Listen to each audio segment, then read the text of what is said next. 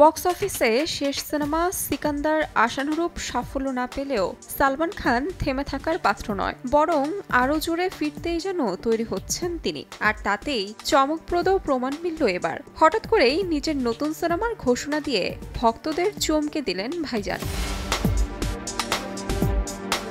৫ June সামাজিক মাধ্যমে একটি মোশন পিকচার শেয়ার করে আনুষ্ঠানিকভাবে সালমান জানিয়ে দিলেন তিনি ফিরছেন ব্যাটল অফ গালওয়ান নামক এক যুদ্ধনির্ভর সিনেমা নিয়ে। ছবিটির পরিচালনায় রয়েছেন অপূর্ব লাখিয়া। ভারতের সাম্প্রতিক ইতিহাসে গালওয়ান উপত্যকার সংঘাত এক গুরুত্বপূর্ণ অধ্যায়। ভারত ও চীনের মধ্যে সংঘটিত সেই উত্তপ্ত সীমান্ত পরিস্থিতিকে কেন্দ্র করেই তৈরি হচ্ছে এই সিনেমা। প্রথমবারের মতো বাস্তব ঘটনার প্রেক্ষাপটে একটি নির্ভরযোগ্য চরিত্রে দেখা যাবে সালমান খানকে। জানা গেছে চলতি মাসেই লাদাখে ছবিটির শুটিং শুরু হবে।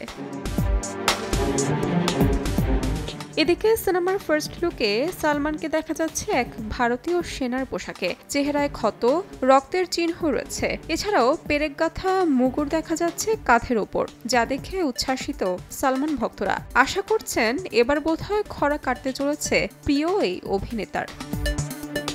তাহমিনা তন্নি, সময় সংবাদ।